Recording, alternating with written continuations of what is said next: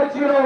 আজ ওয়াকফ বিল যদি member of পার্লামেন্টে সমকমিতার মতন নোংরা বিল যেমন পাশ করা হয়েছে, পরকীয়ার মতন নোংরা বিল যেমন পাশ করা হয়েছে, সেই রকম যদি ওয়াকফ বিল মেম্বার অফ পার্লামেন্টে পাশ করা হয়, মনে রাখবেন আমাদের লড়াইটা তখন ইমানের অস্তিত্বের লড়াই দাঁড়িয়ে যাবে।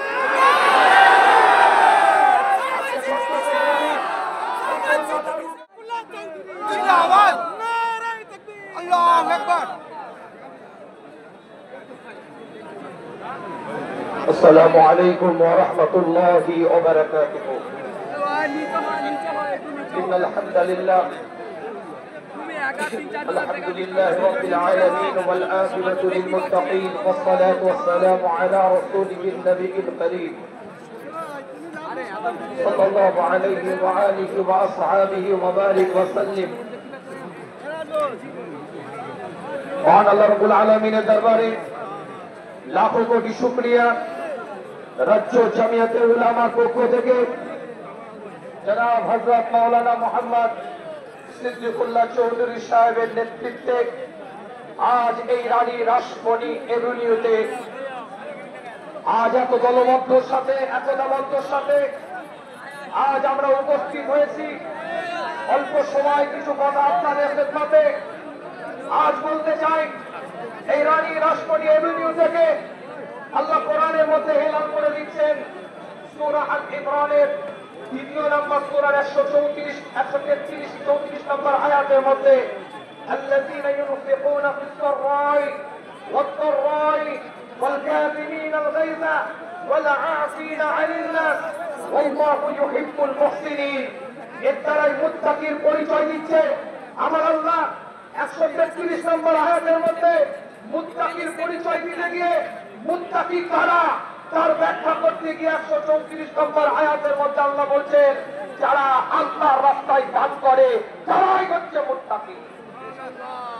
আজ ইতিহাস সাক্ষী দিচ্ছে সেই কোরআনের আয়াতকে সামনে রেখে সাহাবায়ে কেরাম থেকে শুরু করে তাবেঈন থেকে শুরু করে তাবেঈন থেকে শুরু করে আইম্মায়ে মুজতাহিদিন থেকে শুরু করে ইমাম ফরজ কুতুব আব্দাল্লাহ আমাদের সাথে আমাদের পরবর্তী প্রজন্মের সাথে এই ভারতবর্ষ নয় গোটা পৃথিবীতে কিছু সম্পদ আল্লাহর রাস্তায় ব্যয় করে গেছে, যেটাকে আমরা ওয়াকফ বলে থাকি।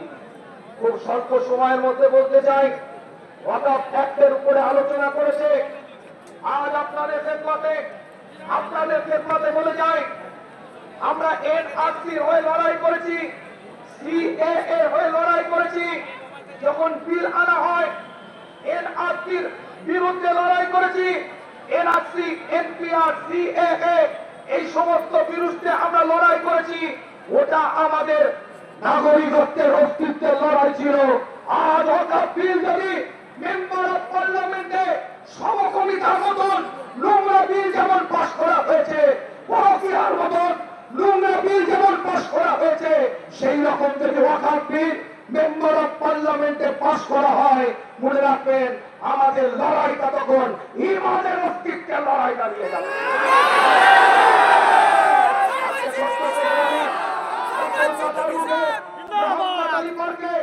ইতিহাস সাক্ষী দিচ্ছে। আজ আমার পূর্বে বক্তব্য দিতে দিতে জনাব সিদ্দিকুল্লাহ সাহেব চৌধুরী সাহেব, ওনার সাথে আমার একটা সম্পর্ক আছে। আমার নানা জানের সাথে ওনার ভালো সম্পর্ক ছিল, সেদিক থেকে আমার সাথে একটা ওনার পরিচিতি আছে। উনি বক্তব্য দিতে দিতে জামিয়াতে উলামা হিন্দের যে কর্মকাণ্ড, যে কর্মসূচি, বিগত দিন উলামা হাজরাতদের যে খেদমত, সেই সম্পর্কে তিনি কিছু কথা বলেছেন। আজ বলে যাই, আমার দাদাজান মোহাম্মদ আলী পার্কের মুখে দাঁড়িয়ে ফুরফুরা শরীফের গদ্দির শিল্পী আব্দুল হাই সিদ্দিকী রহমাতুল্লাহ আলাইহি ঐতিহাসিক একটা উক্তি করেছিলেন, স্বাধীনতা মানবতা দুটি কথা, যে স্বাধীনতায় মানবতা নাই সেই স্বাধীনতা মূল্যহীন। আজ বলে যায় আপনাদের খেদমতে, ভারতবর্ষের মুখে আমরা দাঁড়িয়ে আছি। এই ভারতবর্ষের মুখে আমরা এখানে অবস্থান করছি কারো চাইগিরিতে নয়। আমরা কেরালাতে অবস্থান করিনি, আমরা আমাদের অধিকারের জন্য অবস্থান করছি।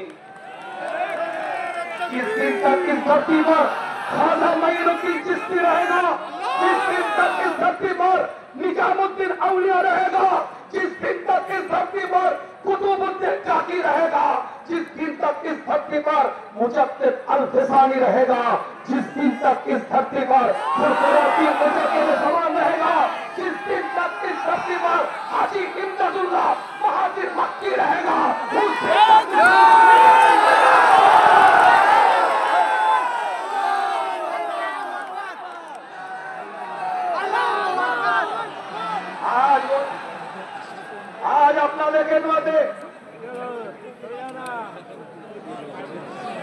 आज আপনাদের খেদমতে বলে যায়, সত্য করে বলে যায় আপনাদের খেদমতে আল্লাহর ওলিদের খেদমত জড়িয়ে আছে।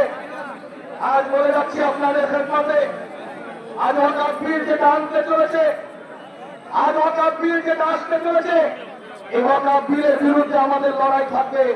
এটা আমাদের ইমানি অস্তিত্বের লড়াই। তার জন্য আমাদের একতা হতে হবে, দলবদ্ধ হতে হবে, একটা প্ল্যাটফর্ম তৈরি করতে হবে। ওয়াতাসিমু বিহাবলিল্লাহি জামিআ ওয়ালা তাফাররাকু, একটা প্ল্যাটফর্মে দাঁড়িয়ে এক সুরে আমাদের জবাব দিতে হবে। মাসলাক চার চার, ইসলাম সবার, এই প্ল্যাটফর্মে দাঁড়িয়ে আছেন আমরা। বিস্তারিত কথা বলে আপনাদেরকে কষ্ট দেব না, শেষ একটাই কথা বলে যাই। আর ভারতবর্ষের বুকে ওয়াকাফ আইন আসতে চলেছে মেম্বার অফ পার্লামেন্ট থেকে। অনুরোধ করব যে সমস্ত সাংসদেরা মেম্বার অফ পার্লামেন্টের মুখে আমাদের জনপ্রতিনিধিত্ব করছেন, আমাদের হয়ে নেতৃত্ব দিচ্ছেন, আপনারা জনপ্রতিনিধি আমাদের, আপনারা আওয়াজ তুলুন ওখান থেকে, আপনারা কথা বলুন ওখান থেকে, এবং এই রাজ্যের মুখে যে সমস্ত ওয়াকাফ সম্পদ আছে এই সম্পদগুলোকে যথাযথ যেন ইউটিলাইজ হয় সেটাও আপনার আমাদের প্রত্যেকের দেখার দায়িত্ব আছে। আল্লাহ আমাদের সকলকে কবুল করেন, সকলে বলেন আমিন। সকলকে সালাম ভালোবাসা দিয়ে দরবারে ফুরফুরা শরীফ থেকে আপনাদের খেদমতে আপনাদের দিনের আওলাদ এসেছিলাম। ছোট্ট করে কিছু কথা বলেছি, গুনাহগারের জন্য দোয়া করবেন, আমি আপনাদের জন্য দোয়া করি। ওয়া আখিরু দাওয়ানা আনিল হামদুলিল্লাহি রাব্বিল আলামিন। আসসালামু আলাইকুম ওয়া রাহমাতুল্লাহ।